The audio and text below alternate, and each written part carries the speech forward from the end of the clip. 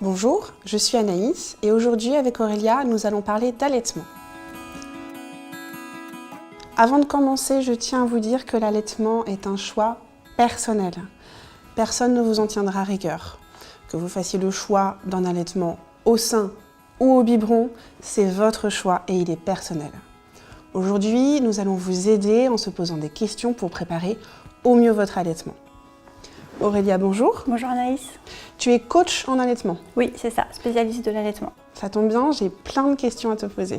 La première question, c'est est-ce qu'il est utile de se préparer avant d'accoucher pour avoir un bon allaitement ? Alors, il y a une préparation informative qui est vraiment nécessaire. Après, d'un point de vue physique, il n'y a absolument rien à faire pour préparer ses seins à l'allaitement.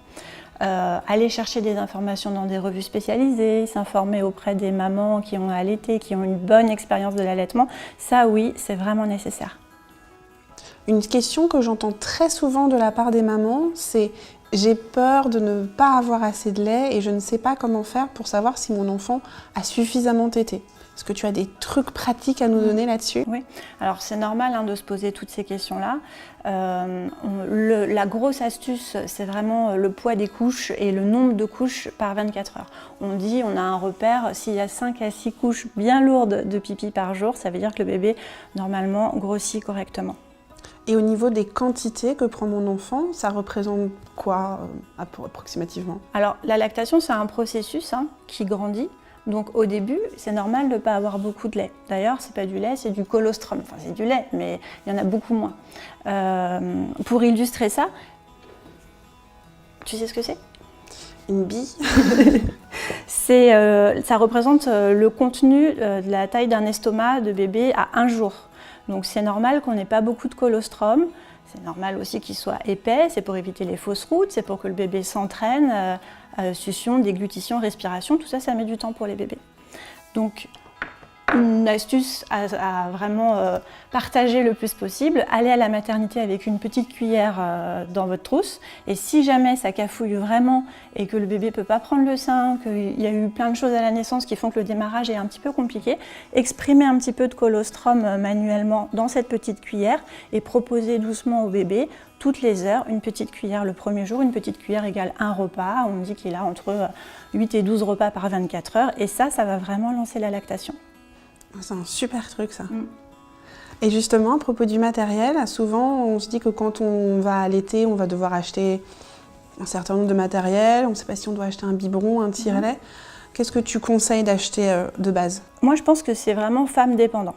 Si pour une maman, ça la rassure d'acheter plein de choses et tout, et que ça marche pour elle, tant mieux. Il n'y a pas de bien et de moins bien. Au niveau par exemple du coussin d'allaitement, c'est pareil, pour certains bébés et certaines mères, ça peut être un frein à la position parce qu'il y en a qui vont avoir un torticolis, donc du coup si on met le coussin comme ça, le bras va être complètement biaisé et puis ils ne pourront pas avoir leurs appuis qui les rassurent. Donc à doser au cas par cas. Il n'y a pas de formule valable pour tout le monde en matière d'allaitement, on n'a pas la même lactation que la voisine, on n'a pas le même bébé que la voisine, donc il faut vraiment s'écouter et échanger avec des mères qui ont eu une bonne expérience de l'allaitement, c'est important. Parfois on entend des petits bobos, des crevasses. Et qu'est-ce qu'il faut faire déjà pour les éviter ? Et quand ils sont là, qu'est-ce qu'on fait ? Alors en France particulièrement, on est gâté au niveau des crevasses. Ça peut être dû à plein de choses. Ça peut être positionnel, donc ce serait intéressant qu'il y ait quelqu'un qui se penche un petit peu sur la bouche du bébé, la position, qu'est-ce qui se passe même au niveau physiologique sur le sein. Ça peut être aussi... On peut avoir envie d'utiliser des bouts de sein en préventif alors que c'est vraiment quelque chose de curatif, c'est-à-dire à utiliser comme un pansement un peu. Quand on a plus mal, on l'enlève. Je dirais que la première chose à faire si on a mal, c'est que c'est pas normal et il ne faut pas rester toute seule. Et si on utilise des bouts de sein, vraiment se faire accompagner parce qu'il y a un trouble de la succion et puis ça peut avoir des conséquences sur la lactation aussi. Donc c'est pas anodin. Après, je le diabolise pas parce que ça sauve des allaitements, mais à utiliser avec un accompagnement approprié surtout. On a remarqué dans les études sur l'allaitement qu'en général, les femmes arrêtent d'allaiter au moment où elles reprennent le travail.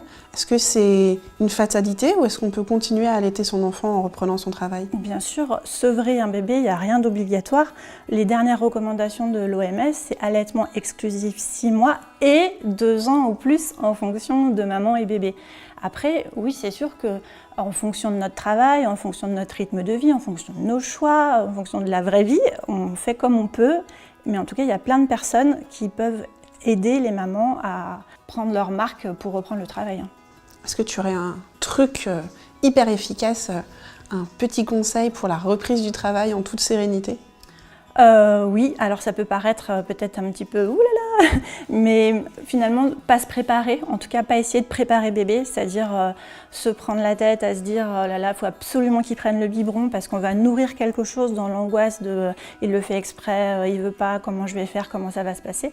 Il y a des études qui montrent vraiment que si on ne prépare pas les bébés à s'entraîner à boire un biberon, c'est plus simple pour eux et ils arrivent à faire la différence. Maman elle est là, il y a le sein, maman elle n'est pas là, il y a autre chose. Puis si c'est pas le biberon, ça peut être autre chose. Alors justement, là, j'imagine, je vais reprendre le travail.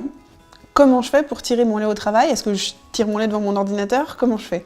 Alors, il y a certaines femmes qui pourront regarder Roland-Garros et tirer leur lait, ça va marcher. D'autres qui auront besoin de se mettre un petit peu plus en condition. Donc ça peut être déjà dans un local où il n'y a pas de passage, ça peut être intéressant, avec une photo de son bébé, avec un petit body qui sent son odeur. Voilà. En fonction des femmes, ça peut prendre entre 10 et 20 minutes, ça dépend. Et puis alors ça va dépendre aussi du tire-lait qu'on utilise. Pour reprendre le travail, je conseille vraiment un tire-lait électrique à double pompage. Ça, c'est remboursé par la Sécurité sociale pendant toute la durée de l'allaitement. Et il y a d'autres femmes qui vont utiliser que le tire-lait manuel. Alors, des petits tire-lait manuels comme ça. Il faut juste se projeter un peu, se dire qu'on va faire ça toutes les 3-4 heures sur le lieu de travail. Bon, on peut très bien donner une tétée au bébé avant de partir et puis faire sa petite matinée de boulot, se prendre une pause de 20 minutes. Mais alors avec un tire-lait manuel, attention quand même à la tendinite. Ça c'est plutôt du ponctuel, du dépannage. Mais il y a certaines femmes qui utilisent que ça. Donc après voilà. Il y a aussi des femmes qui choisissent de ne pas tirer leur lait et qui reprennent le travail. En fonction des lactations, ça peut marcher. C'est pas le plus fréquent des cas. Mais voilà. Et une fois que j'ai mon lait sur mon lieu de travail, j'en fais quoi? Alors, tu peux par exemple venir avec une petite pochette isotherme, ça se conserve assez longtemps comme ça à l'air libre, pas de panique, on peut laisser son lait plusieurs heures à température ambiante, ça ne va pas s'autodétruire, ça ne va pas se périmer, ça ne va rien faire. Ou alors il peut y avoir aussi un frigo sur place et puis le mettre sur le frigo sur le lieu de travail. Ça peut se congeler jusqu'à 6 mois le lait, donc on peut faire des provisions pour plus tard. Bon, je pense qu'on a fait un bon gros tour des informations concernant l'allaitement. Mais si jamais j'ai besoin d'aller un petit peu plus loin, est-ce que tu aurais des ressources ou des sites internet à nous conseiller? Alors, 2 sites internet essentiels. L'AFCL, l'Association française des consultantes en lactation, qui regroupe toutes les consultantes de France et dans lesquelles les mamans, ça marche comme un annuaire. On peut chercher en fonction de là où on habite la consultante la plus proche de chez soi.